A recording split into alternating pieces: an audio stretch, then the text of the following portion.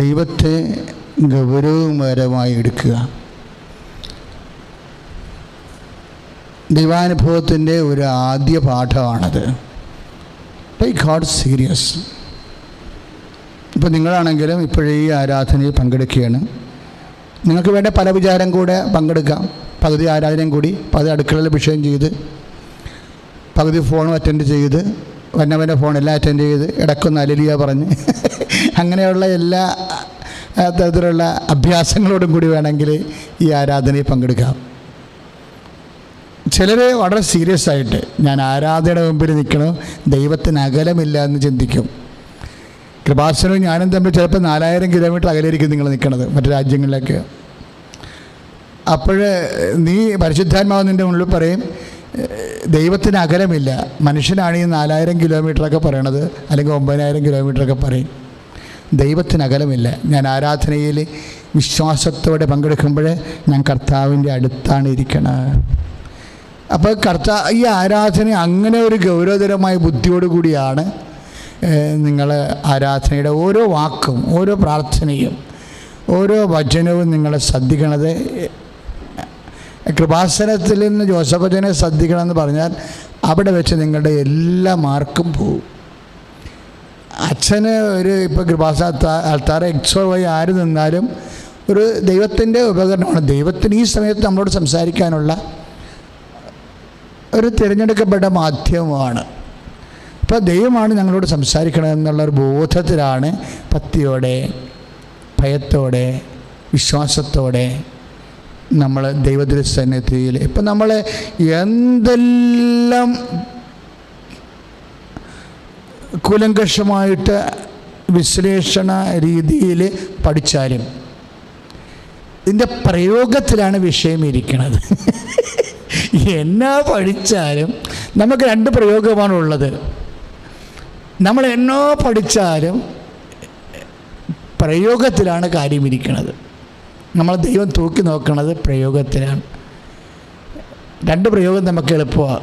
ഒന്ന്, ദൈവവചനം നടപ്പിലാക്കുന്ന ഒരു പ്രയോഗമുണ്ട് നമ്മുടെ ജീവിതത്തിലും മറ്റുള്ളവരുടെ ജീവിതത്തിലും. അത് പ്രയോഗമാണ്. രണ്ടാമത്തെ പ്രയോഗം, ഇത് ബേസിക് പ്രയോഗം. ആദ്യത്തെ പ്രയോഗം എന്താണെന്ന് ചോദിച്ചാൽ ഞാൻ പറയും ആദ്യത്തെ പ്രയോഗം ഭക്തിയാണ്. എല്ലാം തുടങ്ങണത് ഭക്തി എന്നാണ്. നമുക്ക് ദൈവത്തെക്കുറിച്ച് അറിയാം, ദൈവം ഏകനാണെന്നൊക്കെ അറിയാം. പക്ഷേ അത് നമുക്കുള്ളൊരു അറിവ് മാത്രമാണ് വേണമെങ്കിൽ നമുക്ക് സൂക്ഷിക്കാം. അറിവ് മാത്രമേ സൂക്ഷിക്കാം. അറിവ് എന്തിനാണ് നമുക്ക് ഉണ്ടാകുന്നത്? അനുഭവത്തിന് വേണ്ടിയാണ്. അനുഭവം എങ്ങനെ ഉണ്ടാകും? പ്രയോഗത്തിലാണ് അനുഭവം ഉണ്ടാകുന്നത്. അപ്പം പ്രയോഗമില്ല എന്നുണ്ടെങ്കിൽ അറിവായി തന്നെ അങ്ങ് ആശയതലത്തിൽ നിൽക്കുന്നത്. പ്രാർത്ഥിക്കുക, കർത്താവേ, അങ്ങയെക്കുറിച്ചുള്ള എല്ലാ അറിവുകളും അനുഭവമാക്കാനുള്ള പ്രയോഗങ്ങളെ വിവേചിച്ച് നടപ്പിൽ വരുത്തുവാൻ ഒരു സുവിശേഷകന്റെ, ഒരു മിഷണറിയുടെ അഭിഷേകം എനിക്ക് നൽകണമേ. ശ്രദ്ധിക്കട്ടെ. ഹല്ലേലൂയ,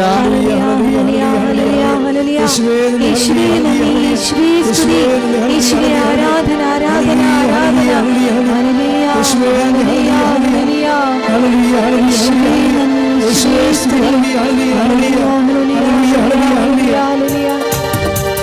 പരിശുദ്ധാത്മാവേ, നിങ്ങൾ നിറയണമേ, നിറഞ്ഞു കവിയണമേ, കവിഞ്ഞൊഴുകണമേ. പരിശുദ്ധാത്മാവേ, നിങ്ങൾ നിറയണമേ, നിറഞ്ഞു കവിയണമേ, കവിഞ്ഞൊഴുകണമേ. പരിശുദ്ധാത്മാവേ, നിങ്ങൾ നിറയണമേ, നിറഞ്ഞു കവിയണമേ, കവിഞ്ഞൊഴുകണമേ, കവിഞ്ഞൊഴുകണമേ. പരിശുദ്ധ പരമദിവ്യകാരുണ്യത്തിന് എന്നേരവും ആരാധനയും സ്തുതിയും പുകഴ്ചയും ഉണ്ടായിരിക്കട്ടെ. ആദ്യമായിട്ട് ഇപ്പോഴും നമുക്കറിയാം ഇത് മിഷൻ മാസമാണ്. ഏറ്റവും കൂടുതൽ സഭയ്ക്ക് ഏറ്റവും കൂടുതൽ അനുഗ്രഹം കിട്ടാനുള്ള, ഇപ്പോൾ ഒരു വർഷം 12 മാസമുണ്ട്. അതിൽ ഏറ്റവും കൂടുതൽ അനുഗ്രഹം സഭ റിച്ചാകണത്, ധന്യമാകുന്നത് ഏത് മാസമാണ്? ഒക്ടോബർ മാസമാണ്. കാര്യം ഒരേ സമയം തന്നെ നമ്മൾ മിഷനെക്കുറിച്ച് ചിന്തിക്കുന്നു, ഒരേ സമയം തന്നെ നമ്മൾ പ്രാർത്ഥനയിൽ വളരുന്നു. അതിലൂടെയാണ് നമുക്ക് ദൈവദർശനത്തിൽ കൂടുതൽ സ്വാധീനവും ദൈവാനുഭവവും ഇതെല്ലാം പ്രയോഗത്തിൽ വരുന്ന ഒരു സമയമാണ്. അതുകൊണ്ട് തന്നെ ഇപ്പോൾ നമ്മൾ ഉടമ്പടി ചെയ്യുമ്പോഴും അതിലൊരു വിഷയം എന്താ? ഇപ്പോൾ നിങ്ങൾ ഉടമ്പടി ചെയ്തവരാണ് 13 പേര്. ഉടമ്പടി ചെയ്യുമ്പോൾ ഒരു വിഷയം എന്താണ്? കർത്താവിന് സാക്ഷ്യം വഹിക്കുകയാണ് ഒരു വിഷയം. നിബന്ധനകളിലും നിയോഗങ്ങളിലുമുള്ള ഒരു വിഷയം കർത്താവിന് വേണ്ടി സാക്ഷ്യം വഹിക്കുകയാണ്. കർത്താവിന് വേണ്ടി സാക്ഷ്യം വഹിക്കുമ്പോൾ എന്നാ സംഭവിക്കണത്? ദൈവത്തിന് വേണ്ടി നമ്മൾ സാക്ഷ്യം വഹിക്കുമ്പോൾ നമ്മളുടെ ആധ്യാത്മിക കൃപയുടെ നിലവാരം ഉയരും. കൃപയുടെ നിലവാരം ഉയരുമ്പോൾ ഭൗതികമായ വിഷയങ്ങൾക്കും ആധ്യാത്മികമായ വിഷയങ്ങൾക്കും കൃത്യമായി നമുക്ക് മറുപടി കിട്ടും. കാര്യം ഞാൻ ഇന്നലെ വൈകുന്നേരം അതിനെക്കുറിച്ച് സംസാരിച്ചായിരുന്നു. എന്നെ ഏറ്റുപറയുന്നവനെ ഞാനും ഏറ്റുപറയും. ഭയങ്കര വചനമാണത്. ഇപ്പം മത്തായി ശ്ലീഹായുടെ സുവിശേഷമാണ് 10:32. മനുഷ്യരുടെ മുമ്പിൽ ഏറ്റുപറഞ്ഞേ, മനുഷ്യരുടെ മുമ്പിൽ എന്നെ ഏറ്റുപറയുന്നവനെ സ്വർഗസ്ഥനായ എൻ്റെ പിതാവിൻ്റെ മുമ്പിൽ ഞാനും ഏറ്റുപറയും. അപ്പോഴേ എല്ലാ അനുഗ്രഹത്തിൻ്റെ ഫോർമുല അതാണ്. അപ്പം നിസ്സാരകാരമല്ലേ. ഞാൻ മിഷൻ എന്ന് പറയുമ്പോൾ നിങ്ങൾക്ക് പെട്ടെന്ന് പ്രേക്ഷിത പ്രവർത്തനം വന്നാണ്. Whole life is mission. നമ്മുടെ ഓരോ മൂവ്മെൻറ്റും മിഷനാണ്. എന്ന് വെച്ച് കഴിഞ്ഞാൽ മനുഷ്യരുടെ മുമ്പിൽ എന്നെ ഏറ്റുപറയുന്നവനെ നമുക്ക് വാക്കിലൂടെ ഏറ്റുപറയാം, ഇല്ലേ? മനുഷ്യരുടെ മുമ്പിൽ നമുക്ക് ദൈവത്തെ വാക്കിലൂടെ ഏറ്റുപറയാം, പ്രവൃത്തിയിലൂടെ ഏറ്റുപറയാം, പ്രാർത്ഥനയിലൂടെ ഏറ്റുപറയാം. ഏതെല്ലാം മാർഗങ്ങളിലൂടെ നമ്മൾ ദൈവത്തെ ഏറ്റുപറഞ്ഞാലും അതെല്ലാം ഈശോനാ പറയും, ദൈവപിതാവിൻ്റെ മുമ്പിൽ ഞാനും ഏറ്റുപറയും. ഇത് ഒരു പക്ഷേ ബൈബിളിൽ ഏറ്റവും ഈടുള്ളൊരു വചനമാണിത്. ഇപ്പം രോഗം സുഖപ്പെടാനും പട്ടിണി മാറാനും അതുപോലെ തന്നെ കുടുംബത്തിൽ സമാധാനം വരാനും എല്ലാത്തിനും ഒരു പോംവഴിയാണ്. എന്താണ്? ഈ 10:32 മത്തായി ശ്ലീഹ. നിങ്ങളത് മറന്നു പോകരുത്. നിങ്ങൾ കിച്ചണിലൊക്കെ വർക്ക് ചെയ്യുന്നവർ ഈ വചനം അങ്ങ് ഡിറ്റിപ്പ് ചെയ്തിട്ട് അല്ലെങ്കിൽ കൈകൊണ്ട് എഴുതിയിട്ട് അവിടെ എവിടെയെങ്കിലും ഒട്ടിച്ച് വെക്കണം, ഇടയ്ക്ക് നോക്കണം. എന്താ കാര്യം? ഇതൊരു തുറവി വചനമാണ്. ഇതിലും കൂടി ഈ വാതിൽ തുറന്നാൽ നമുക്ക് പല സ്ഥലങ്ങളിലേക്ക് ഒരുമിച്ച് പോകാം. എന്ന് വെച്ച് കഴിഞ്ഞാൽ മനുഷ്യരുടെ മുമ്പിൽ എന്നെ ഏറ്റുപറയുന്നവനെ എന്ന് പറഞ്ഞേ, മനുഷ്യരുടെ മുൻപിൽ എന്നെ ഏറ്റുപറയുന്നു സ്വർഗ്ഗസ്ഥനായ എൻ്റെ പിതാവിൻ്റെ മുമ്പിൽ ഞാനും ഏറ്റുപറയും. അപ്പം എങ്ങനെയല്ല ഈ മിഷൻ മാസത്തിൽ അച്ഛൻ പറഞ്ഞ പോലെ സമർത്ഥമായ കൃപ എങ്ങനെ ആർജിക്കാം? ഇപ്പം ഉദാഹരണത്തിന് ഈശോ അപ്പോസ്തലന്മാരെ തിരഞ്ഞെടുത്തിട്ട് എന്താ ചെയ്തത്? 5ാമത്തെ പീഡാനുഭവ പ്രവചനം ഒന്ന് അനുസ്മരിക്കുകയാണ് ചെയ്തത്. പല പീഡാനുഭവ പ്രവചനങ്ങൾ ഈശോ നടത്തിയിട്ടുണ്ട്. 3 തിയോളജിയൻസ് അംഗീകരിക്കുന്നത്. പക്ഷേ നമ്മൾ സുവിശേഷം ശരിക്കും ഒന്ന് സ്ക്രൂട്ടണി ചെയ്താൽ ഒരു 4 പീഡാനുഭവ പ്രവചനമുണ്ട്. കാര്യം ഈ ക്രിസ്തീയതയുടെ അന്തസത്ത കാച്ചി കുറുക്കി വെച്ചിരിക്കുന്നത് എന്തിനകത്താ? ഈ പാഷൻ പ്രഡിക്ഷൻസിൻ്റെ അകത്താ പീഡാനുഭവ പ്രവചനം. എന്താ ഇങ്ങനെ പറയാൻ കാര്യം അറിയാം? പീഡാനുഭവ പ്രവചനമെന്ന് പറയുമ്പോൾ നിങ്ങൾ ഉടനെ വിചാരിക്കും ശരി സമ്മതിച്ച് അത് യേശുവിൻ്റെ പീഡാനുഭവ പ്രവചനമാണ്. എന്താ ഈശോ പറഞ്ഞത്? ഇപ്പം 16:21 അല്ലേ? മത്തായി ശ്ലീഹായുടെ സുവിശേഷം 16:21. എന്താണ് പീഡാനുഭവ പ്രവചനം? മനുഷ്യപുത്രൻ ശത്രുക്കരങ്ങളിൽ ഏൽപ്പിക്കപ്പെടും. അപ്പോൾ ഒരു സംഭവം എന്താ? ശത്രുക്കരങ്ങളിൽ ഏൽപ്പിക്കപ്പെടുക. രണ്ടാമത്തെ എന്താ? അവർ അവനെ പീഡിപ്പിക്കും. മൂന്നാമത്തെ എന്താ? അവർ അവനെ ക്രൂശിക്കും. നാലാമത്തെ എന്താണ്? മൂന്നാം ദിവസം അവൻ ഉയർത്തെഴുന്നേൽക്കും. ഇത്രയും സാധനമാണ് മിഷൻ. ഇതാണ് മിഷൻ എന്ന് പറയണത്. ഈ മിഷനെക്കുറിച്ചാണ് ഈശോ ആദ്യം ഡിസ്കസ് ചെയ്തത്. ആരുമായിട്ട്? പുരോഹിതന്മാരുമായിട്ട് ഡിസ്കസ് ചെയ്തത് പിതാവിൻ്റെ കാര്യമെന്ന് പറഞ്ഞില്ലേ? This is A thing. നമുക്ക് ഒരു ക്രിസ്ത്യാനിക്കും ഡിസ്കസ് ചെയ്യാനുള്ളത് ഇതാണ്. ഇപ്പം നമ്മൾ വിശുദ്ധ ലൂക്കായുടെ സുവിശേഷം 2:49 ഒരു വചനമുണ്ട്. കാര്യം അമ്മ ചോദിക്കും ഈശോനോട്, ഈശോ എന്താ ഞങ്ങളോട് ഇങ്ങനെ ചെയ്തത്? ഞാനും നിൻ്റെ പിതാവും കൂടി എന്തുമാത്രം നിന്നെ അന്വേഷിച്ചിരുന്നു. അപ്പോൾ ഈശോ ചോദിക്കുന്നൊരു ചോദ്യമാണ് ആദ്യത്തെ പീഡാനുഭവ പ്രചരണം. എന്താണ്? ഒരു ഷെയ്ഡാണ്, ഷാഡോ പാഷൻ പ്രഡിക്ഷൻ. എന്താണ്? എൻ്റെ പിതാവിൻ്റെ കാര്യങ്ങളിൽ 2:49 എൻ്റെ പിതാവിൻ്റെ കാര്യങ്ങളിൽ ഞാൻ വ്യാപൃതനായിരിക്കേണ്ടവനാണെന്ന് നിങ്ങൾ അറിയുന്നില്ലേ? അതാണ് സംഭവം. യേശുവിനെ കെയർ ചെയ്യുന്നവർ എപ്പോഴും അറിയേണ്ട ഒരു സംഭവമാണ്. എന്താണ്? പിതാവിൻ്റെ കാര്യങ്ങളിലുള്ള വ്യാപൃത. ഇത് സഭ എന്ന് ഈ കാര്യങ്ങൾ വ്യാപൃതരാകാതിരിക്കുന്നു, അപ്പോഴും നമ്മൾ അഡ്മിഷൻ ചെയ്തു പോകും. ഇതാണ് മിഷൻ. ഈശോ ഒറ്റ വാക്കിനാണ് പറയണത്. എന്താണ്? എൻ്റെ പിതാവിൻ്റെ കാര്യങ്ങളിൽ ഞാൻ വ്യാപൃതനായിരിക്കേണ്ടവനാണെന്ന് നിങ്ങൾ അറിയുന്നില്ലേ? അതാണ് ഒരു ചോദ്യം. ആ പിതാവിൻ്റെ കാര്യങ്ങൾ എന്താണ് ശരിക്കും? പിതാവിൻ്റെ കാര്യങ്ങളെല്ലാം ഈ മനുഷ്യപുത്രൻ ശത്രുകരങ്ങളിൽ ഏൽപ്പിക്കപ്പെടുക. ഈ എന്താണ് ഈശോ നീ ഈ പുരോഹിതന്മാരുമായിട്ട് ദേവാലയത്തിൽ തർക്കിച്ചതെന്ന് ബൈബിളേ ഇല്ല. പക്ഷേ ബൈബിളിൽ ഒരു കാര്യമുണ്ട്, അത് പിതാവിൻ്റെ കാര്യമാണെന്ന്. പിതാവിൻ്റെ കാര്യം വ്യക്തമാണ്. എന്താണ് പിതാവിൻ്റെ കാര്യം? എന്ന് മാത്രമേ ഉള്ളൂ, കർത്താവിൻ്റെ രക്ഷാകര പദ്ധതി. അത് പീഡാനുഭവത്തിലൂടെ വരണതാണ്, പാപത്തിന് പരിഹാരം ചെയ്യാൻ.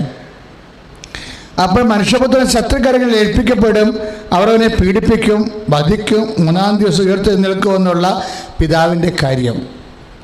ആ പിതാവിൻ്റെ കാര്യം ഇവരുമായി ഡിസ്കസ് ചെയ്യാണ്. കാര്യം ഇവർക്ക് അങ്ങനെ ഒരു ബോധം വന്നിട്ടുണ്ടെന്ന് ഈശോ പരിശോധിക്കുക. കാര്യം ഇനി ഒരു ക്രിസ്തു വരാനില്ല. അപ്പോൾ വന്ന ക്രിസ്തുവിനെക്കുറിച്ച് എന്താണ് മിശിഹായെക്കുറിച്ചുള്ള ഇവരുടെ സങ്കല്പം, അതിനെക്കുറിച്ച് അപ്പോൾ അവർക്ക് അവരുടെ സങ്കല്പങ്ങൾ പറയുമ്പോൾ ഈശോ തിരിച്ചു പറയും, അങ്ങനെയല്ല ഇങ്ങനെയാണെന്ന് പറയുമ്പോൾ തർക്കമായി. ഇതാണ് പിതാവിൻ്റെ കാര്യമെന്ന് പറയണത്. ഇപ്പം ഈശോ എപ്പോഴും എല്ലാ സമയങ്ങളിലും ഈ പിതാവിൻ്റെ കാര്യത്തെക്കുറിച്ച് കോൺഷ്യസ് ആണ്. എപ്പോൾ ഈശോ എന്നെല്ലാം പിതാവിൻ്റെ കാര്യങ്ങൾ. ഇപ്പം സഭയ്ക്ക് എന്താണ് ഇവിടെ ഡ്യൂട്ടി എന്ന് ചോദിച്ചു കഴിഞ്ഞാൽ ഒറ്റ ഡ്യൂട്ടിയുള്ള പിതാവിൻ്റെ കാര്യമേ ഉള്ളൂ, വേറെ ഒരു കാര്യമില്ല. സഭയെ നവീകരിക്കാനുള്ള ഒരു ചോദ്യം അതാണ്. എന്താണ്? Are you busy with the affairs of the father? Father's അഫയേഴ്സിലാണ് ബിസി ആയിരിക്കുന്നത് സഭ. ഒറ്റ ചോദ്യം കൊണ്ട് സഭയെ നമുക്ക് മിഷണറി ആക്കാൻ പറ്റും. ഒറ്റ ചോദ്യം. കാര്യം ഈ ചോദ്യമാണ് എപ്പോഴും പ്രശ്നമായിരുന്നത് ഇവിടെ. നമ്മൾ സുവിശേഷം പരിശോധിച്ച് കഴിഞ്ഞാൽ, ഞാൻ എന്താ ഇങ്ങനെ നിങ്ങളുടെ പഠനം തരാമോ? നിങ്ങൾ ഉടമ്പടി എടുത്തവരും എടുക്കാൻ പോകുന്നവരൊക്കെ പിതാവിൻ്റെ കാര്യത്തിൽ വ്യാപൃതനായിരിക്കുമ്പോഴായിരിക്കും നിങ്ങൾക്ക് സമാധാനം വരണത്. അതല്ല വേറൊരു മാർഗ്ഗം നമ്മുടെ മുമ്പിലില്ല. എൻ്റെ സഹോദരനെ ശ്രദ്ധിക്കണം. അതായത് ഈ പിതാവിൻ്റെ കാര്യത്തിൽ നിന്ന് യേശുവിനെ പിന്തിരിപ്പിക്കാനാണ് ആദ്യത്തെ ശ്രമം. ഇപ്പോൾ 12ാമത്തെ വയസ്സിൽ പിതാവിൻ്റെ കാര്യം വെളിപ്പെട്ടെങ്കിലും ആദ്യത്തെ ശ്രമം എന്താ? നമ്മൾ മരുഭൂമിയിലെ പരീക്ഷ വരുമ്പോഴെന്താണ്? ഈ പിതാവിൻ്റെ കാര്യത്തിൽ നിന്ന് ഈശോനെ എങ്ങനെയെങ്കിലും പിന്തിരിപ്പിക്കണം. അതിനാണ് സാത്താൻ വളരെ ശാസ്ത്രീയമായിട്ടാണ്, വളരെ ഹ്യൂമനിസ്റ്റിക് അപ്രോച്ചാണ്, വളരെ മാനുഷികമായ ഒരു ഇടപെടലാണ്.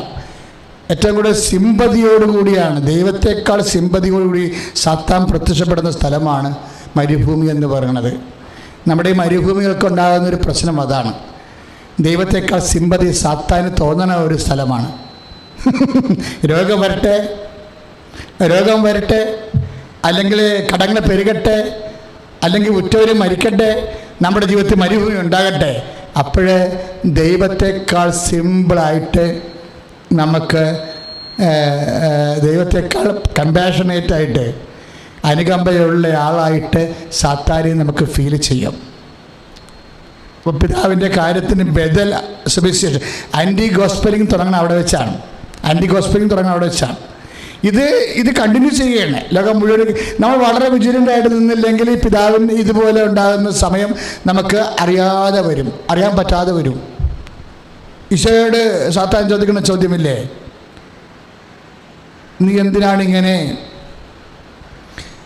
പട്ടിണി കിടന്ന് ചാകണത്? വല്ല കാര്യമുണ്ടോ? ഏത് പീഡാനുഭവം കുറിച്ചും പറഞ്ഞ ഉയർത്തുന്നേപ്പാണെന്ന് പറഞ്ഞാൽ ആളുണ്ടായിട്ട് വേണ്ടേ ഇതൊക്കെ നടത്താൻ? വല്ലതും ഭക്ഷണം കഴിക്കുമെന്ന് പറയും.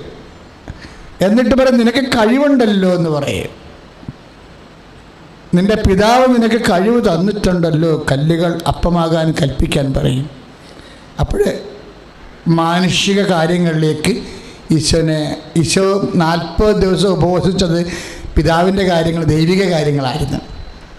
ഈ ദൈവിക കാര്യങ്ങളിൽ നിന്ന് എന്തെങ്കിലും തന്ത്രം പറഞ്ഞ് വ്യാഖ്യാനിച്ച് മാനുഷികമായ കാര്യങ്ങളിലേക്ക് മനുഷ്യനെ കൊണ്ടുവരുമ്പോൾ ഓർക്കുക, ആൾ മരുഭൂമി പ്രത്യക്ഷപ്പെട്ട ആൾ സഭയ്ക്കുള്ളിലും പ്രത്യക്ഷപ്പെട്ടിട്ടുണ്ടെന്ന്. അപ്പോൾ ദൈവികമായ കാര്യങ്ങളിൽ നിന്നാണ് ഈശോ 40 രാവും 40 പകലും ഉപവസിക്കുക. എന്നിട്ട് ഈ ദൈവികമായ കാര്യങ്ങളിൽ നിന്ന് പിതാവിൻ്റെ കാര്യങ്ങളിൽ നിന്ന് കർത്താവിനെ മാറ്റിയിട്ട് മാനുഷികമായ കാര്യങ്ങളിലേക്ക് കൊണ്ടുവരും. തന്ത്രപൂർവ്വമായിട്ട് ഇതിൽ പറഞ്ഞ് സാത്താൻ എന്താ പറയണത്?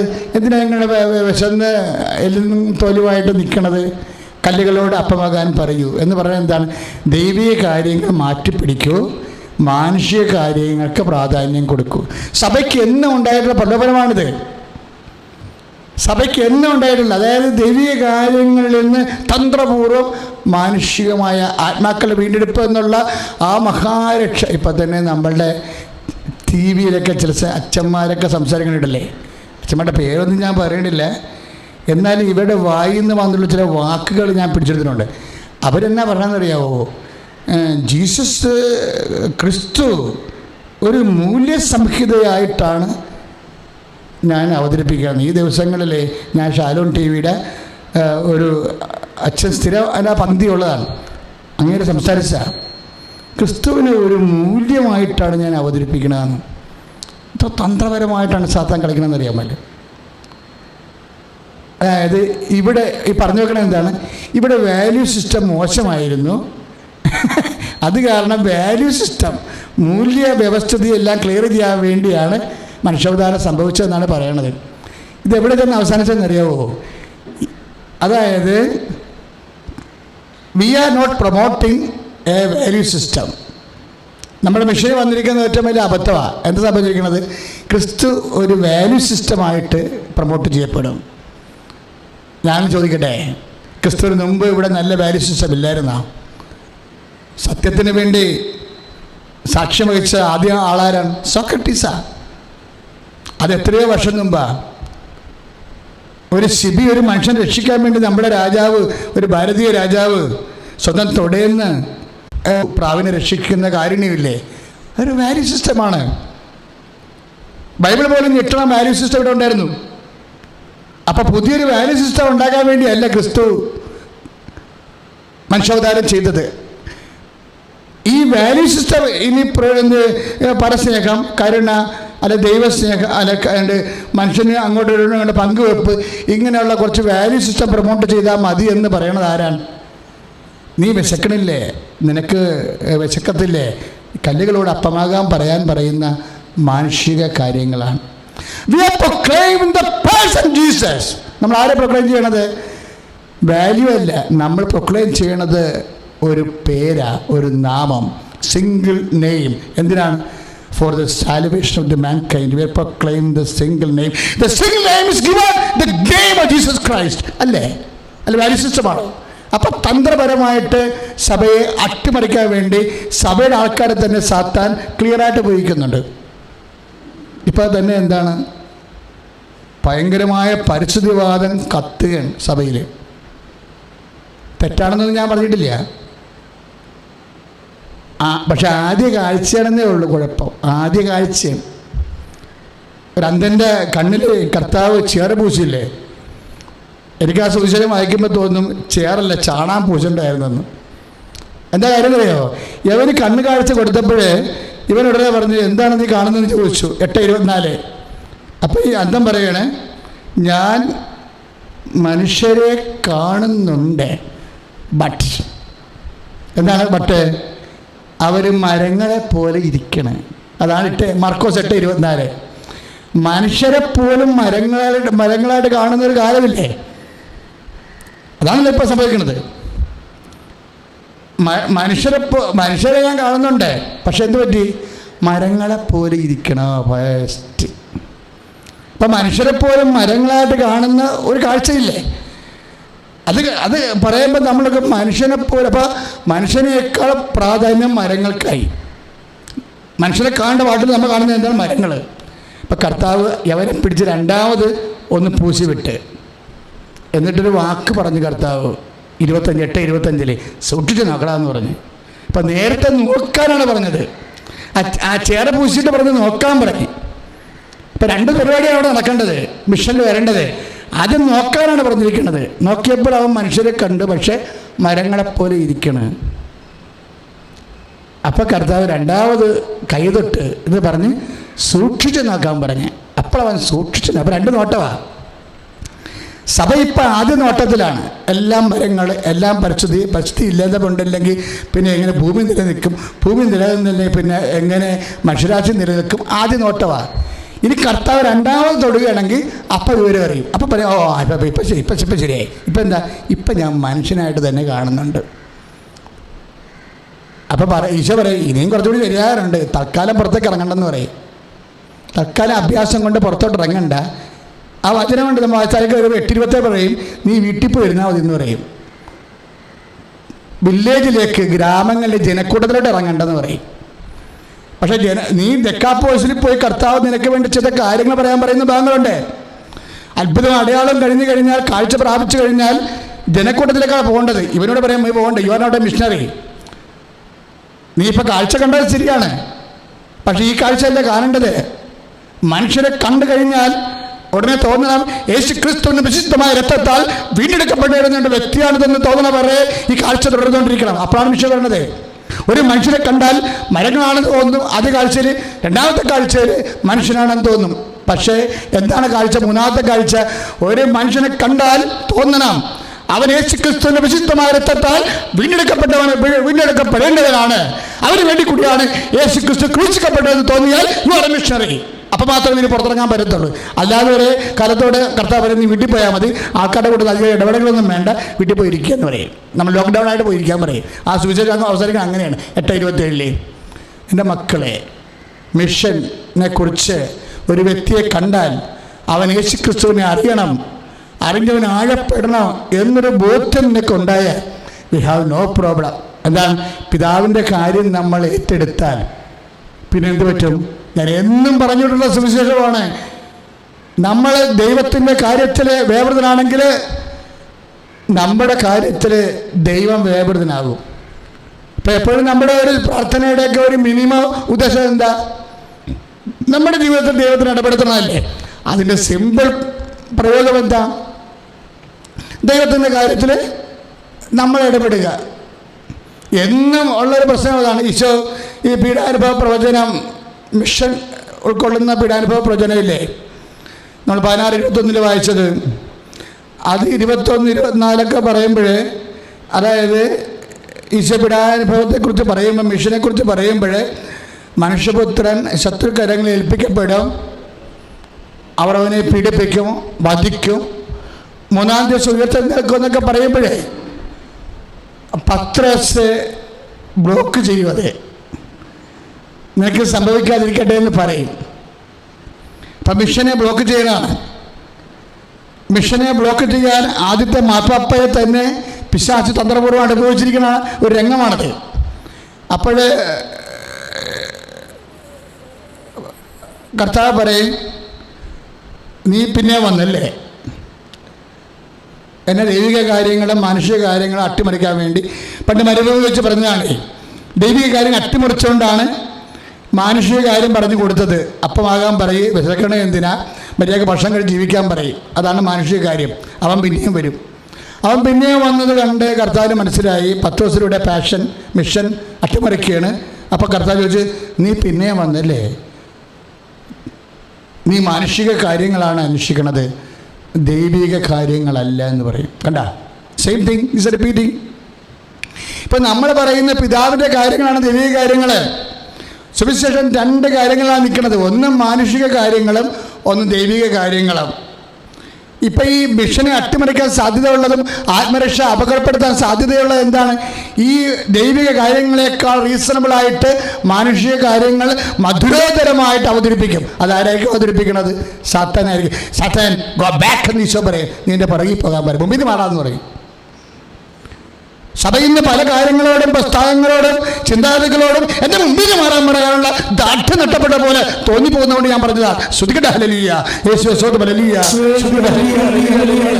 യേശുവേ സ്തുതി, ഹല്ലേലൂയ, ഹല്ലേലൂയ, യേശുവേ മഹത്വം, മഹത്വം, മഹത്വം, ഹല്ലേലൂയ, ഹല്ലേലൂയ, ഹല്ലേലൂയ, ഹല്ലേലൂയ, ഹല്ലേലൂയ, ഹല്ലേലൂയ.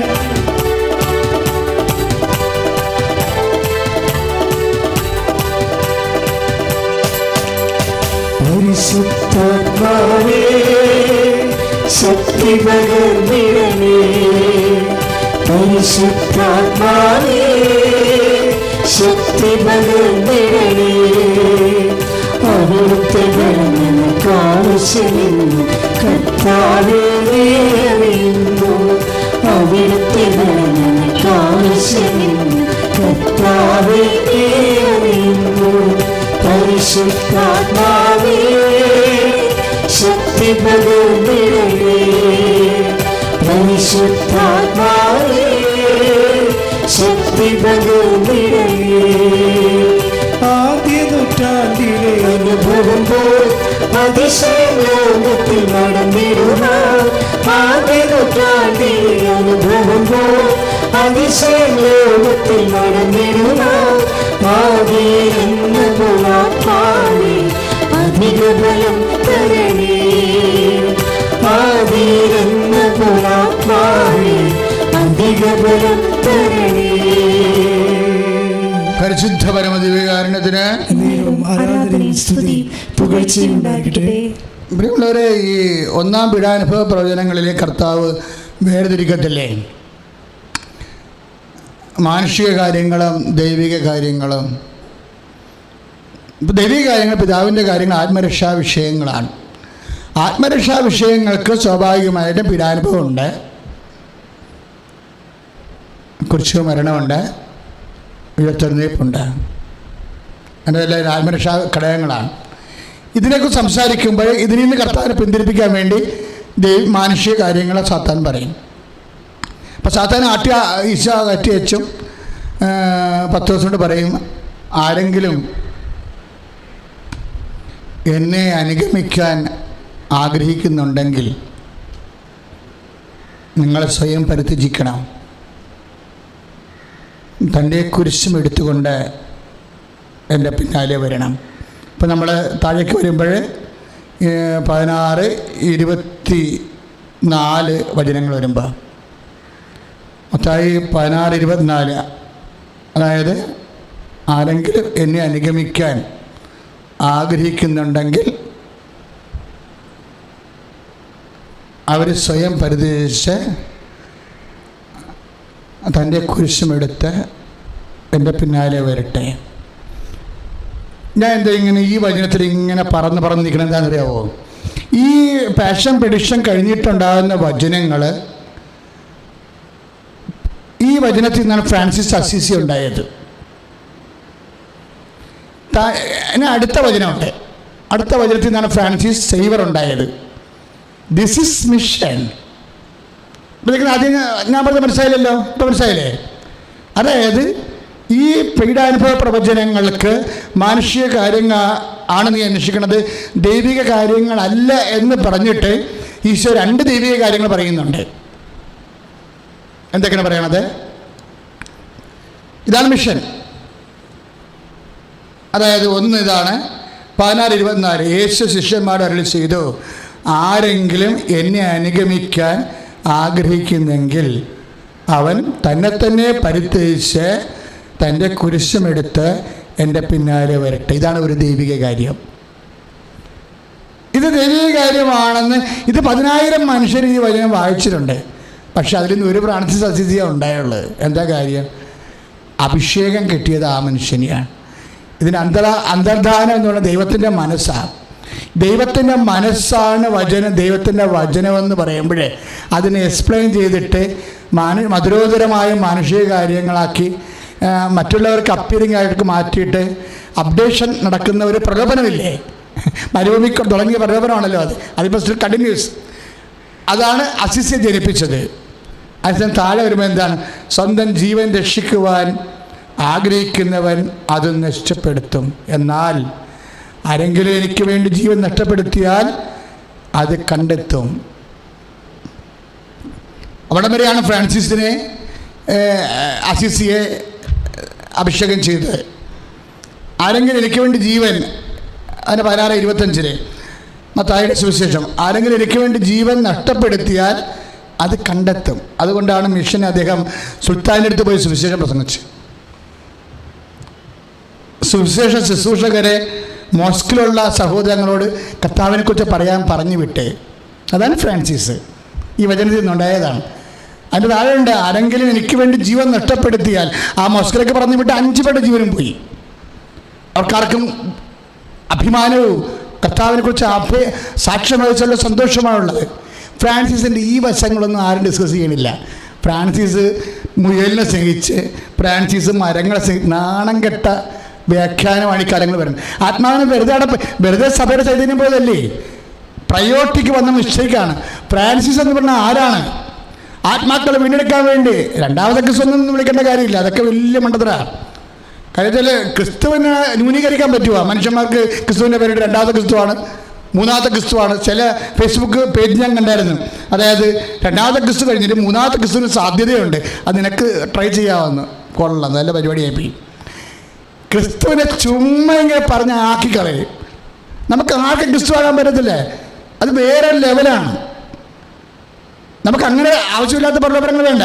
രണ്ടാമത്തെ ക്രിസ്തുവിലെ ഒറ്റ ക്രിസ്തുവുള്ള ലോകത്ത്. പക്ഷേ ഫ്രാൻസിസിൻ്റെ മിഷൻ ശരിക്കും നമ്മൾ ഹൈജാക്ക് ചെയ്ത് കളഞ്ഞ ലോകം പിശാചി. എന്താ? ഈ മനുഷ്യൻ്റെ പ്രകൃതി സ്നേഹം അങ്ങോട്ട് ഡെവലപ്പ് ചെയ്തെടുത്ത് ആത്മാക്കളെ വീണ്ടെടുക്കാൻ വേണ്ടി സുൽത്താനോട് സുവിശേഷം പറഞ്ഞത് ഇപ്പോൾ ആരും പറയുന്നില്ലല്ലോ. മോസ്കിൽ പോയി ആ മനുഷ്യൻ്റെ 5 കപ്പിച്ച വൈദികരാണ് സുവിശേഷം പ്രസംഗിക്കാൻ വേണ്ടി മോസ്കിൽ പോയത്. അതിൻ്റെ 5 പേരെ കൊന്നു കളഞ്ഞു. ഒരു പ്രശ്നവുമില്ല. അപ്പോഴും കർത്താവിൻ്റെ പേര് നമ്മൾ പറഞ്ഞില്ലേ, അത് മതി. ആത്മാക്കളെ വീണ്ടെടുക്കാൻ വേണ്ടി അങ്ങനെ ചെയ്തിട്ടുള്ള ആത്മാക്കളുടെ വീണ്ടെടുപ്പിൻ്റെ സുവിശേഷം മറച്ചു വെച്ചുകൊണ്ട് മരങ്ങളുടെ സ്നേഹത്തെക്കുറിച്ചും പൂക്കളുടെ സ്നേഹത്തെക്കുറിച്ചും പാമ്പുകളെ സ്നേഹിച്ച് ചെന്നായ്ക്കളെ സ്നേഹിച്ച് മണ്ണാനം കട്ട മാങ്ങാത്തലി ഈ സാധനമൊക്കെ പറഞ്ഞ് പരത്തി ഫ്രാൻസിസിനെ അൺമിഷൻ ചെയ്ത് കളഞ്ഞു. ഇത് സാത്താൻ ചെയ്ത പരിപാടിയാണ്. എന്ന് വെച്ച് കഴിഞ്ഞാൽ ഏറ്റവും തീഷ്ണമതിയായ ഒരു മിഷണറിയുടെ മിഷൻ ചൈതന്യത്തെ മറച്ച് കളഞ്ഞിട്ട് മരങ്ങളുടെ പ്രേമമായിട്ട് കുറച്ച് കളഞ്ഞ സാധനം. അത് കാരണം എന്ത് പറ്റി? പ്രകൃതി സ്നേഹികളല്ല ഫ്രാൻസിസിനെ കുറിച്ച് പറഞ്ഞ് ഇപ്പം പ്രസംഗിക്കുന്ന ബുദ്ധിസവാ.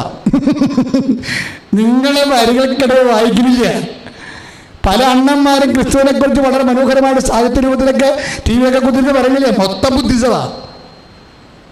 ആത്മരക്ഷാ അപകടം ഈ പ്രകൃതി സ്നേഹം പറഞ്ഞ് നമ്മൾ ചേക്കേറിയ സ്ഥലങ്ങളാണ്. ഇതാണ് മിഷൻ്റെ അപകടം എന്ന് പറയുന്നത്. വ്യാഖ്യാനിക്കപ്പെടുമ്പോഴേ ആത്മരക്ഷ മുൻനിർത്തി വ്യാഖ്യാനിക്കാതെ ദൈവിക കാര്യങ്ങളെ വിട്ടുകളഞ്ഞുകൊണ്ട് മാനുഷിക കാര്യങ്ങൾ പഠിപ്പിക്കുന്ന ഒരു സഭയ്ക്ക് കാലത്തെ അതിജീവിക്കാൻ പാടായിട്ട് വരും. ശ്രുതികട ഹല്ലേലൂയ, യേശുവേ സ്തോത്രം, ഹല്ലേലൂയ.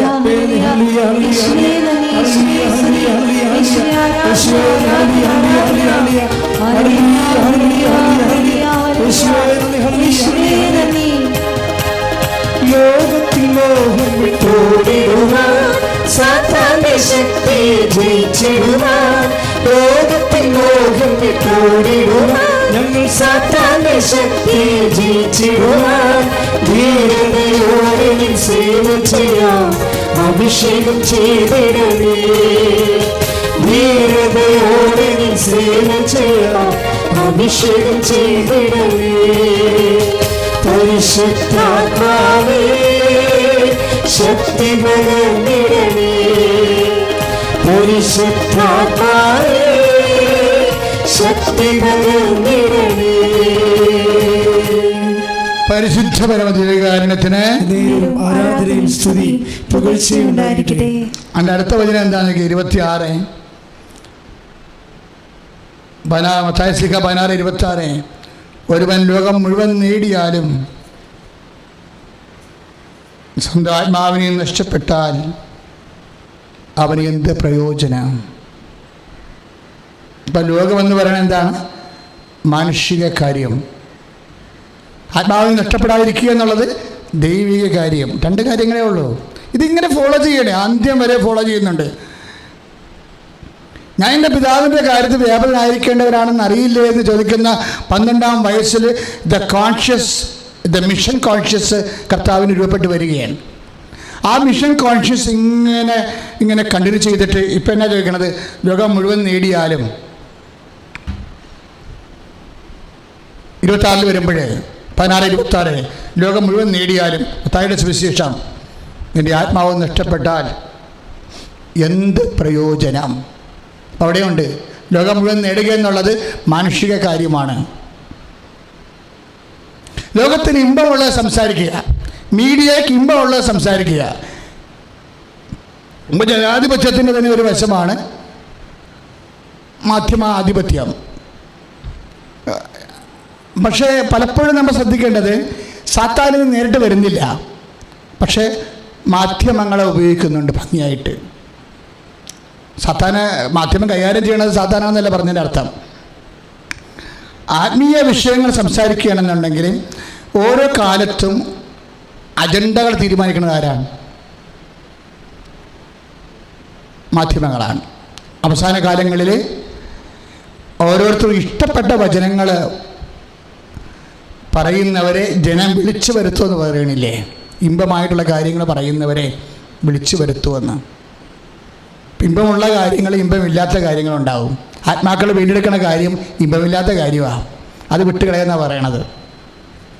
സഭ തന്നെ, സഭാകൂട്ടങ്ങൾ തന്നെ ഇമ്പമുള്ള കാര്യങ്ങൾ പറയുന്നവരെ വിളിച്ചു വരുത്തുമെന്നാണ് പൗലോസ് അപ്പോസ്തലൻ പറഞ്ഞിരിക്കുന്നത്.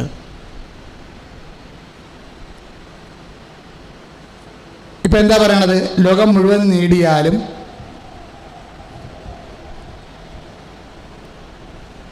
അവിടെ എഴുതി കാണിക്കുന്നുണ്ട് 2 തിമോത്തി 4:3 ജനങ്ങൾ ഉത്തമമായ പ്രബോധനത്തിൽ സഹിഷ്ണുത കാണിക്കാത്ത കാലം വരുന്നു.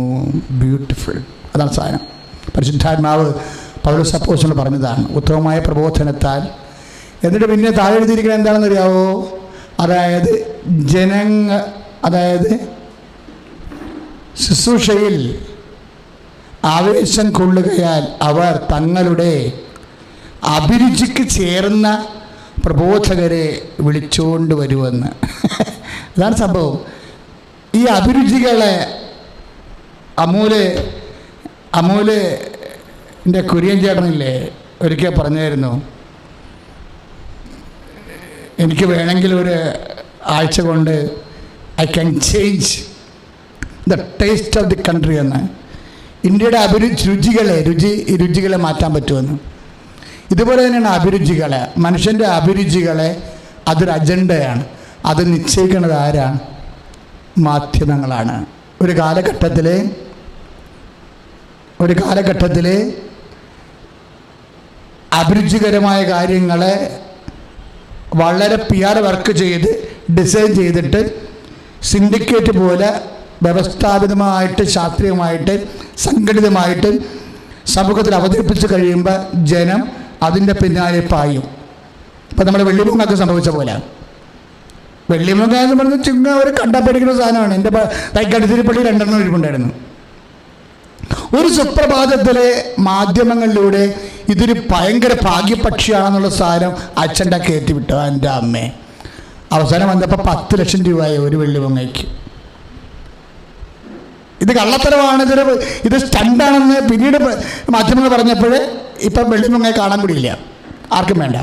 പണ്ട് കള്ളക്കടത്ത് നടത്തുമായിരുന്നു, ഇപ്പം സ്വർണ്ണ ബിസ്ക്കറ്റിൻ്റെ പോലെ കള്ളക്കടത്ത് നടത്തുന്ന സാധനമാണ് വെള്ളിമുങ്ങ. ദാറ്റ് മീൻസ് ഒരു സാധനത്തിന് മൂല്യം, ആഡഡ് വാല്യൂ, ബൈ മിസ് പ്രൊപ്പഗാൻഡ. ഇതാണ് അഭിരുചി. അതാണ് പൗലോസ് പറയണത്, ജനങ്ങൾക്ക് അഭിരുചിയുള്ള കാര്യങ്ങളെന്ന്. അഭിരുചി നിശ്ചയിക്കുന്നത് ആരാണ്? ഏതെങ്കിലും ഒരു കോണിൽ നിന്ന് വ്യവസ്ഥാപിതമായ സംഘടിതമായ ശ്രമം ഉണ്ടെങ്കിൽ പുതിയ അഭിരുചികൾ ഉണ്ടാക്കാൻ പറ്റും എന്തിൻ്റെ മേലും. ഇതാണ് മാനുഷികമായ കാര്യങ്ങളെന്ന് പറയണത്, ദൈവിക കാര്യങ്ങളല്ല. അപ്പോൾ അഭിരുചിയുടെ പുറകെ ജനങ്ങൾ എങ്ങനെ എഴച്ചു പോകും. അപ്പോഴും ലോകം മുഴുവൻ നേടും.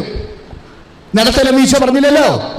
പക്ഷെ എൻ്റെ ആത്മാവ് നഷ്ടപ്പെട്ടാൽ എന്ത് പ്രയോജനം? വാട്ട് യൂസ് എന്നല്ല ചോദിച്ചത്. ആ ചോദ്യം 10,000 പേര് വായിച്ചിട്ടുണ്ട്. പക്ഷേ ഇഗ്നേഷ്യസ് ലയോള വായിച്ചപ്പോഴേ ഒരു സഭയുണ്ടായി, ഈശോ സഭ. അദ്ദേഹത്തിൻ്റെ 7 പേരിൽ ഒരാൾ ഫ്രാൻസിസ് സേവ്യർ വന്നപ്പോൾ ഇവിടെയും ഒരു സഭയുണ്ടായി കേരളത്തിലെ. ഒറ്റ മനുഷ്യരാണ്. ഞാൻ കഴിഞ്ഞ ദിവസം എൻ്റെ അസിസ്റ്റൻ്റ് അച്ഛനോട് പറഞ്ഞേ, ഒരു മിഷണറി പരിപാടിക്കും പോകണ്ട, നല്ലൊരു പട്ടളക്കാരൻ നോക്കിയിട്ട് ഒരു വെട്ട് വെച്ച് കൊടുത്താൽ മതിയെന്നു.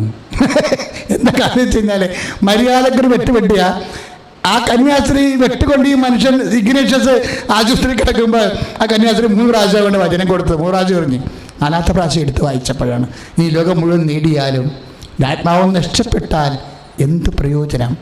അതുകൊണ്ടൊരു സഭയുണ്ടാക്കി, ഈശോ സഭ. നിങ്ങളൊന്ന് ചിന്തിച്ചു വയ്ക്കുക മക്കളെ. അതായത് പാഷൻ പ്രഡിക്ഷൻ 16-ാം അധ്യായം, അതിൻ്റെ മനുഷ്യപുത്രൻ ശത്രുക്കൾ ഏൽപ്പിക്കപ്പെടുക, അവർ പീഡിപ്പിക്കും, വധിക്കും, 3-ാം ദിവസം ഉയർത്തെഴുന്നേൽക്കുമെന്ന് പറയുമ്പോഴേ ആ വചനത്തിന് താഴെ സാത്താൻ അതിനെ വട്ടം ചവിട്ടുമ്പോഴേ കർത്താവ് അവരെ ശാസ്ത്രി പറയും, നീ മാനുഷിക കാര്യങ്ങളാണ് അന്വേഷിക്കുന്നത്, ദൈവിക കാര്യങ്ങളല്ല. ദൈവത്തിൻ്റെ വചനത്തിൽ നിന്ന് ദൈവിക കാര്യങ്ങൾ എന്താണെന്ന് കർത്താവ് പഠിപ്പിക്കും. ദൈവിക കാര്യങ്ങൾ എന്താണ്? എന്നെ അനുഗമിക്കാൻ ആഗ്രഹിക്കുന്നവൻ സ്വയം പരിചയിച്ചുകൊണ്ട് എന്നെ കുറിച്ചുപെടുത്തുകൊണ്ട് എന്നെ പിന്നാലെ വരണത് ഒരു ദൈവിക കാര്യം. വെള്ളം മുഴുവൻ നേടിയാലും എൻ്റെ ആത്മാവ് നഷ്ടപ്പെട്ടാൽ എന്ത് പ്രകടനം ചോദിക്കുന്നത്? 2ാമത്തെ ദൈവിക കാര്യം. 2 ദൈവിക കാര്യങ്ങൾ 2 മനുഷ്യർ ഏറ്റെടുത്തപ്പോൾ 2 സഭ ഉണ്ടായി. ഫ്രാൻസിസ് അസിസി ഉണ്ടായി, ഇഗ്നേഷ്യസ് ലയോള ഉണ്ടായി, ഫ്രാൻസിസ് സേവ്യർ ഉണ്ടായി. വചനത്തിൽ ഇനിയും മിഷണറിമാരെ വിളിക്കുന്നുണ്ട്. വചനം നിന്നെയും വിളിക്കുന്നുണ്ട്, എന്നെയും വിളിക്കുന്നുണ്ട്. ഏതെങ്കിലും വചനം എടുത്തിട്ടുണ്ട് കർത്താവിന് ഈ ലോകത്തിന് കൊടുക്കാൻ വേണ്ടി, ദൈവിക കാര്യങ്ങളിൽ വേർതനായിരിക്കാൻ വേണ്ടി കർത്താവ് വിളിക്കുകയാണ്. ഈ ഒക്ടോബർ മാസത്തിലെ, ഈ മിഷൻ മാസത്തിലെ പ്രാർത്ഥിക്കും മക്കളെ. കർത്താവേ കർത്താവേ ഫ്രാൻസിസ് അസിസി പോലെ, ഇഗ്നേഷ്യസ് ലയോളയെ പോലെ, കർത്താവേ ഫ്രാൻസിസ് സേവ്യറിനെ പോലെ അങ്ങയുടെ വചനങ്ങള് കേട്ട് ആ വചനമനുസരിച്ച് അതിലുള്ള മനുഷ്യ കാര്യങ്ങള് മാറ്റി ദൈവീക കാര്യങ്ങള് സ്വീകരിച്ച് ഈശോനാമത്തിന്റെ മഹത്വത്തിനായി ജീവിച്ച് ഈശോയുടെ നാമത്തിലെ മിഷണറിയാകാൻ ഓരോ കുടുംബങ്ങളെയും ഒരു സഭയെ അങ്ങ് ഒരുക്കണമേ. ശ്രദ്ധിക്കട്ടെ.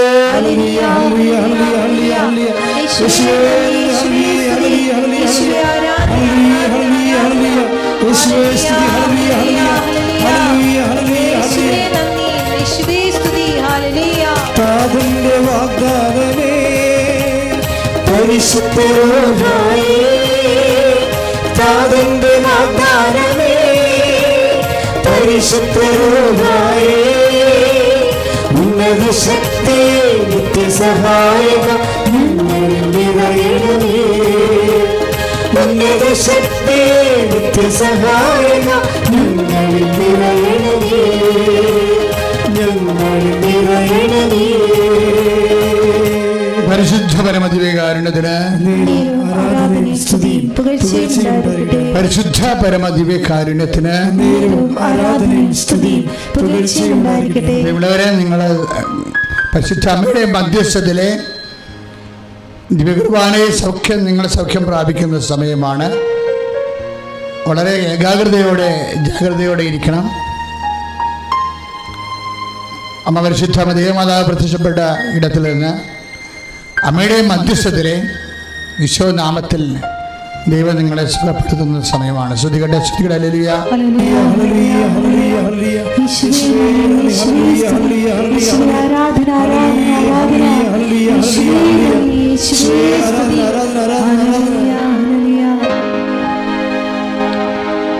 അച്ഛനോട് ചേർന്ന് പ്രാർത്ഥിക്കുക. കർത്താവായ ദൈവമേ, കർത്താവായ ദൈവമേ, പലതരത്തിലെ മാനസികമായി ഇടിഞ്ഞുപോയവരെ ജീവിതത്തിന്റെ പ്രാരാബ്ധങ്ങളാൽ മനസ്സിടിഞ്ഞു പോയവരെ പ്രാർത്ഥിക്കാൻ പോലും തോന്നാത്തവരെ വചനം കേട്ടിട്ട് മടുപ്പ് തോന്നുന്നവരെ കുടുംബത്തിലെ കലഹങ്ങളാ പലതരത്തിലുള്ള സ്നേഹരാഹിത്യങ്ങളാ രോഗങ്ങളാ മൂലം മനസ്സിടിഞ്ഞു പോയവരെ ഭാരപ്പെട്ടിരിക്കുന്നവരെ അവരെല്ലാം ഈ സമയത്ത് ഞങ്ങൾ സമർപ്പിക്കുന്നു. സമർപ്പണ ഗാനം ആരംഭിക്കാം.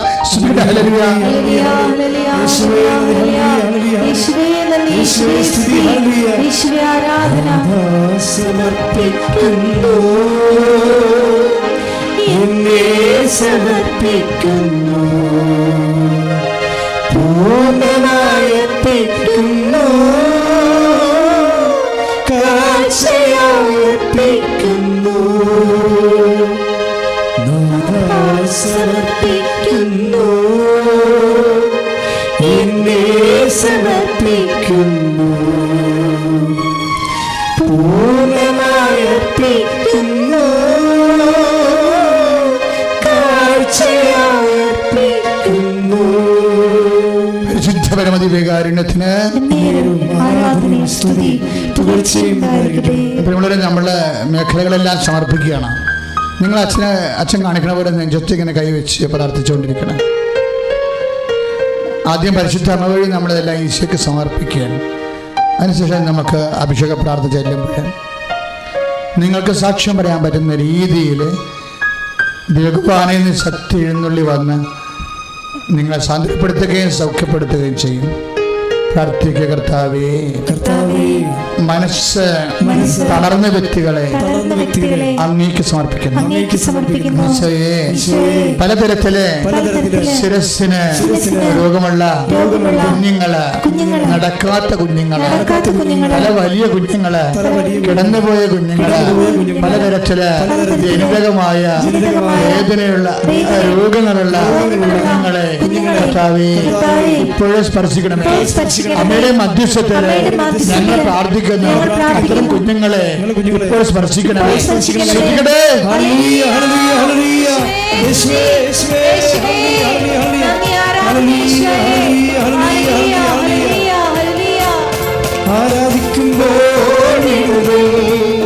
ആരാധിക്കുമ്പോൾ സൗഖ്യം, ആരാധിക്കുമ്പോൾ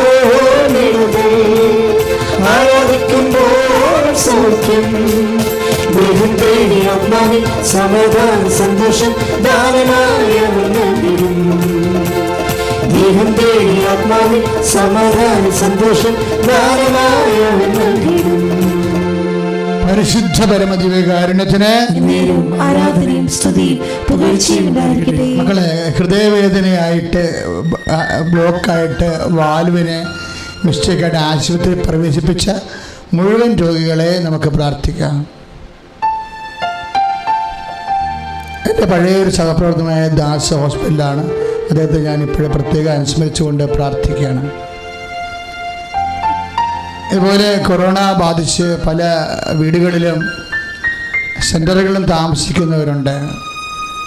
പോസിറ്റീവായിട്ട് മറ്റു പല രോഗങ്ങളുള്ളത് കാരണം പേടിയുള്ളവരുണ്ട്. അവരൊക്കെ നിങ്ങൾ ഇപ്പോഴും സമർപ്പിക്കേണ്ടതാണ്. അച്ഛനോട് ചേർന്ന് പ്രാർത്ഥിക്കുക. കർത്താവേ, ഹൃദയരോഗികള്, കരൾ രോഗികള്, പാൻക്രിയാസ് രോഗികള്, ശ്വാസകോശ രോഗികള് വിശുദ്ധ രക്തത്താൽ കഴുകുന്നതിനായി അമ്മയുടെ മധ്യസ്ഥത്തില് ഈശോയ്ക്ക് സമർപ്പിക്കുന്ന ശ്രദ്ധിക്കട്ടെ.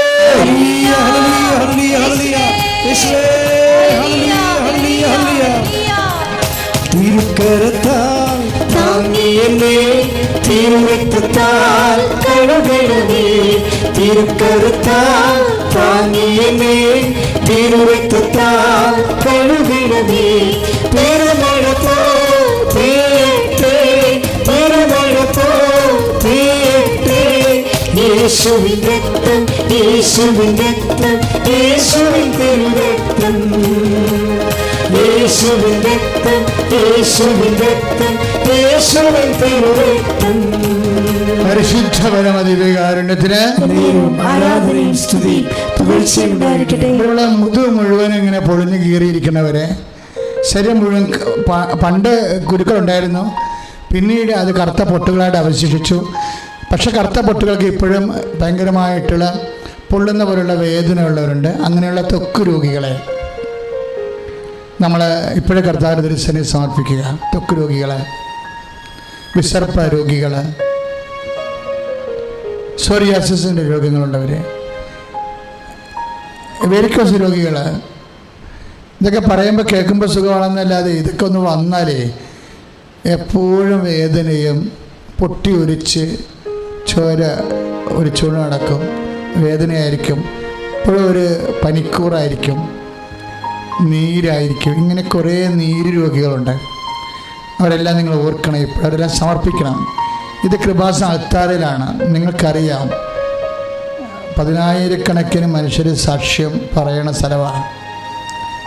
അപ്പോൾ ഇതൊരു വെറും കേവലമായൊരു പ്രാർത്ഥനയല്ല. പരിശുദ്ധ അമ്മയുടെ പ്രത്യക്ഷപ്പെടൽ സഭ ഏറ്റെടുക്കാൻ വേണ്ടി ദൈവം വളരെ ശ്രദ്ധയോടുകൂടി അടയാളങ്ങൾ കാണിക്കുന്ന ഇടമാണ്. അതുകൊണ്ടാണ് ഇവിടെ ഈ ജപമാലയ്ക്ക് ഇങ്ങനെ 1000-2000 ആൾക്കാരൊക്കെ 24 മണിക്കൂർ ലൈവ് ഉള്ളതിൻ്റെ കാരണം അതാണ്, ലൈവിലുള്ളത്. അപ്പോൾ ജനം അത്രയേറെ വിശ്വസിച്ച് പ്രാർത്ഥിക്കുന്ന ഇടമാണ്. എല്ലാവരുടെയും പ്രാർത്ഥനകൾ ഇപ്പോഴ് ഇത് നിങ്ങളുടെ സങ്കടങ്ങളുടെ മേലുണ്ട്. ഇപ്പോഴെല്ലാം ഇങ്ങനെ അച്ഛനെ കാണിക്കുന്ന വയറിൻ്റെ വലതുവശത്ത്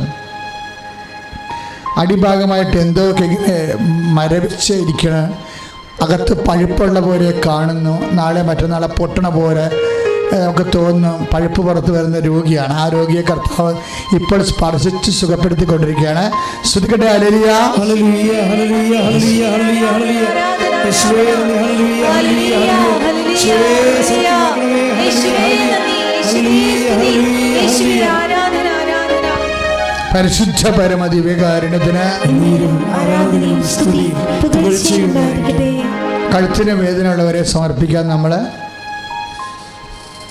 സ്പോണ്ടിലോസിസിൻ്റെ അസുഖമുള്ളവർ, ടോൺസൈൽ രോഗികൾ, തൈറോയ്ഡ് രോഗികൾ,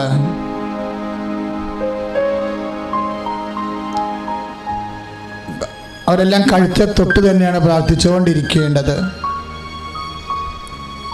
ശിരസിന് ആകമാന വേദനകളുള്ളവരുണ്ടാകും. തലച്ചോറ് സിസ്റ്റുള്ളവർ, തലച്ചോറിന് ഞരമ്പുകൾ പ്രഷർ കാരണം സൂക്ഷ്മമായ ഞരമ്പുകൾ പൊട്ടിയിരിക്കുന്നവരുണ്ട്. ചിലത് ക്രോട്ടായിട്ടിരിക്കുന്നവരുണ്ട്. അപ്പം അങ്ങനെയുള്ള എല്ലാ അവസ്ഥകളും മെൽട്ടാകാൻ വേണ്ടിയാണ് ഇപ്പോൾ പ്രാർത്ഥിക്കേണ്ടത്. അച്ഛനോട് ചേർന്ന് പ്രാർത്ഥികർത്താവേ, തലച്ചോറിലെ രോഗങ്ങള്, സിസ്റ്റ് രോഗങ്ങള്, റോട്ടിലായിരിക്കുന്നവരെ കർത്താവേ സ്പർശിക്കണമേ. സ്പോണ്ടിലോസിസിനെ, തൈറോയ്ഡ് രോഗങ്ങളെ, ടോൺസിൽ രോഗങ്ങളെ സ്പർശിക്കണമേ കർത്താവേ. അങ്ങയുടെ വിശുദ്ധമായ വലതുകരത്താൽ ഓരോ രോഗമുള്ള ശിരസ്സുകളെ സ്പർശിക്കണമേ, തൊണ്ടയെ സ്പർശിക്കണമേ. യേശുവിൻ നാമത്തിലെ, യേശുവിൻ നാമത്തിലെ, യേശുവിൻ നാമത്തിലെ രോഗങ്ങള് യേശുവിൻ നാമത്തിലെ ഈ നിമിഷം സൗഖ്യമാകട്ടെ.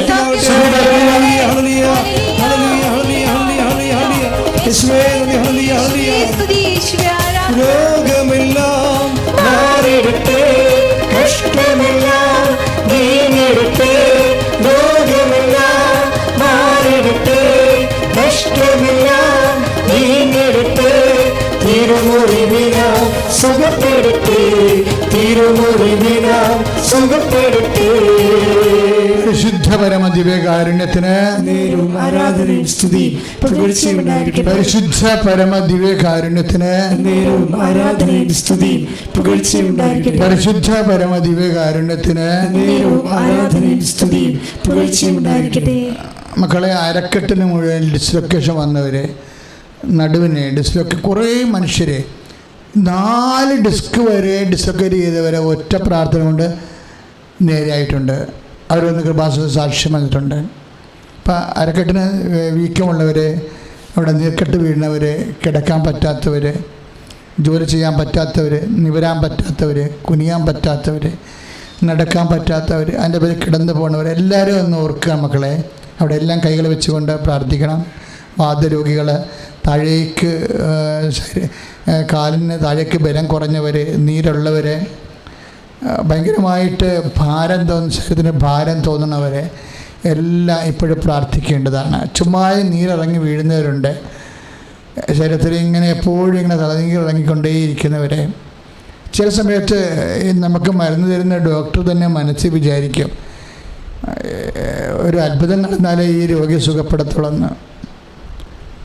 അപ്പോൾ നിനക്കും ചിലപ്പോൾ അങ്ങനെ അറിയാൻ പറ്റും. അതുകൊണ്ട് അത്ഭുതം തന്നെ നടക്കണം. പ്രാർത്ഥിക്കുക, അച്ഛനോട് ചേർന്ന് പ്രാർത്ഥിക്കുക. കർത്താവേ, നീര് രോഗികള്, വാതരോഗികള്, ഇടുപ്പലിന് കർത്താവേ, കശേരികൾക്ക് വേദനയുള്ളവരെ ഈശോ അങ്ങയുടെ തിരുമുറുവാർന്ന വലത്ത് കരച്ച ഇപ്പോൾ സ്പർശിക്കണം. ശ്രദ്ധിക്കട്ടെ.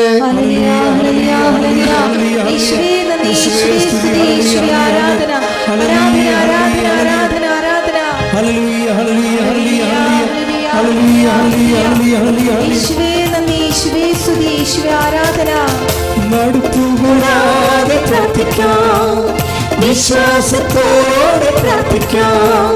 മടുപ്പുകൂടാതെ പ്രാർത്ഥിക്കാം, വിശ്വാസത്തോടെ പ്രാർത്ഥിക്കാം. നീതിനായ പ്രാർത്ഥന, ശ്രദ്ധയുള്ള പ്രാർത്ഥന, മരിക്കും രോഗിക്ക് സൗഖ്യമാണ്. നീതിനായ പ്രാർത്ഥന, ശ്രദ്ധയുള്ള പ്രാർത്ഥന, മരിക്കും രോഗിക്ക് സൗഖ്യമാണ്. പരിശുദ്ധ പരമദിവ്യകാരുണ്യത്തിന് ആരാധനയും സ്തുതിയും പുകഴ്ചയും ഉണ്ടാകട്ടെ. പരിശുദ്ധ പരമദിവ്യകാരുണ്യത്തിന് ആരാധനയും സ്തുതിയും പുകഴ്ചയും ഉണ്ടാകട്ടെ. പരിശുദ്ധ പരമദിവ്യകാരുണ്യത്തിന് ആരാധനയും സ്തുതിയും പുകഴ്ചയും ഉണ്ടാകട്ടെ. മക്കളുടെ ഉദരം കേന്ദ്രീകരിച്ചുകൊണ്ട് പ്രാർത്ഥിക്കേണ്ടതാണ്. ഉദര രോഗങ്ങളില്ലേ, ചിലപ്പോൾ വയറ് ചാടുന്നവരുണ്ടാവും. അതിനവർക്ക് ഭയങ്കര ബുദ്ധിമുട്ട് തോന്നുന്നുണ്ടാകും. ശരിക്കും കുടലിലെ കുരുക്കളുള്ളവർ, അൾസർ രോഗികൾ, അർസസ് രോഗികൾ, പിസ്റ്റുല രോഗികൾ,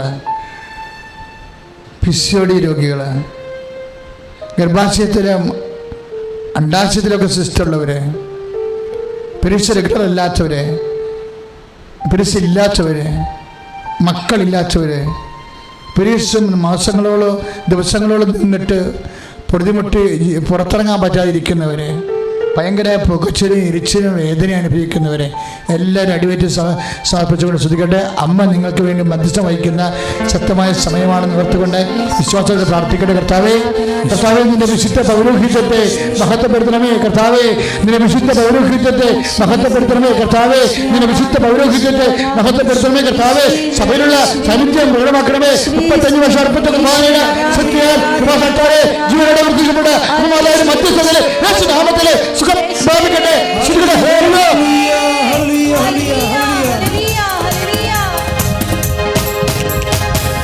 തിരുക്കരത്താൽ താങ്ങിയേ, തിരുരക്തത്താൽ കഴുകണമേ.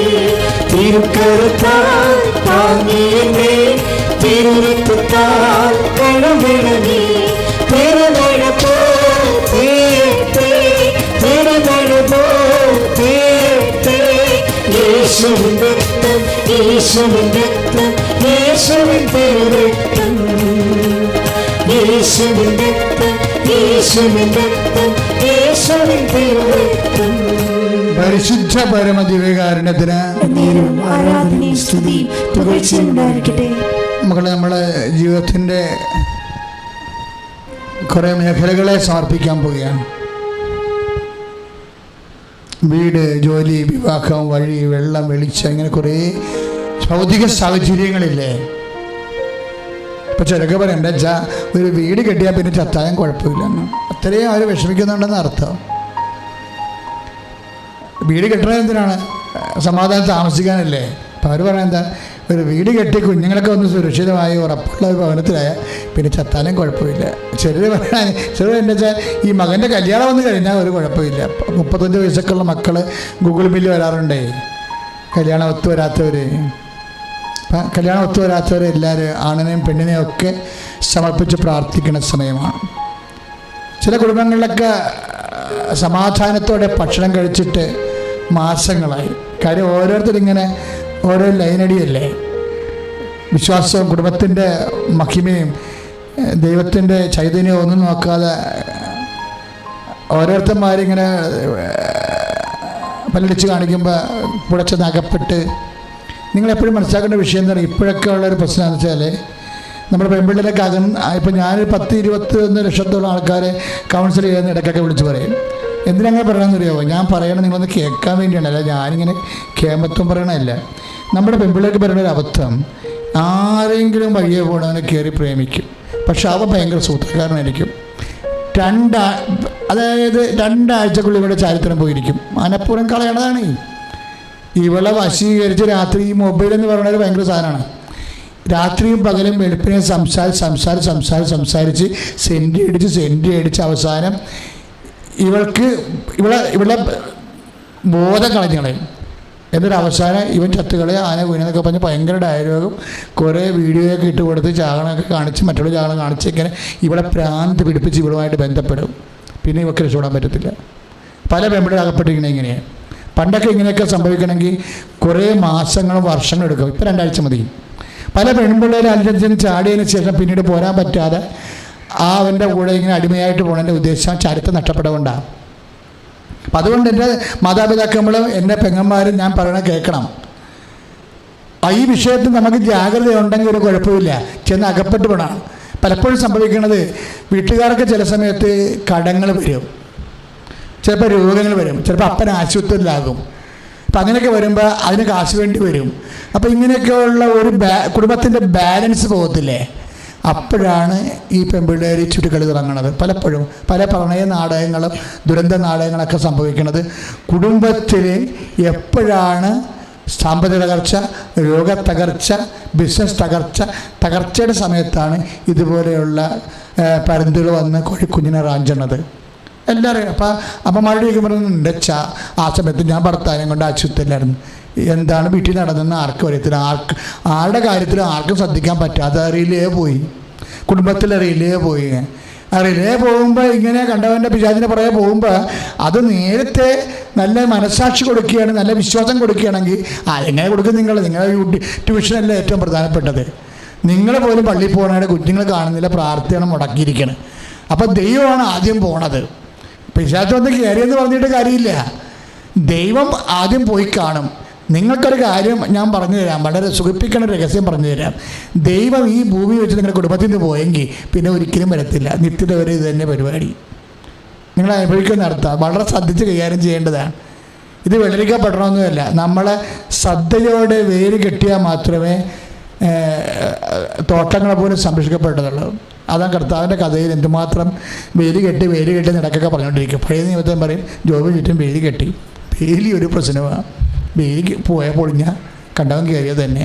അപ്പം വേലി പൊളിയണ കാലമാണ് ഇതുപോലെയുള്ള സങ്കടക്കാലം, തകർച്ചക്കാലം, ഇങ്ങനെയുള്ള കാര്യം. ഇനി അപ്പൻ്റെ മദ്യപാനം ആയി കഴിയുമ്പോൾ ശരിയാകും. പല പെൺപിള്ളേർക്കും ഒരു സെക്യൂരിറ്റി വീട്ടിൽ ഫീൽ ചെയ്യണില്ല. അങ്ങനെയും ചില സമയത്ത് അബദ്ധങ്ങൾ സംഭവിക്കുന്നുണ്ട്.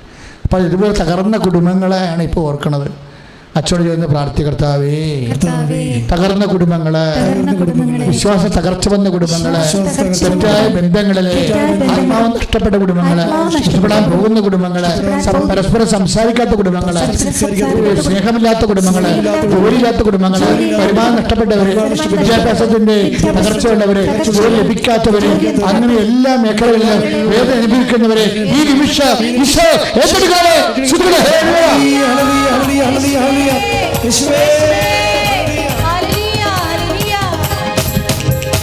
വിടുതലിൻ ആത്മാവേ നിറയണമേ, ആത്മീയതൻ അഭിഷേകമായി പടരണമേ. വിടുതലിൻ ആത്മാവേ നിറയണമേ, ആത്മീയതൻ അഭിഷേകമായി പടരണമേ.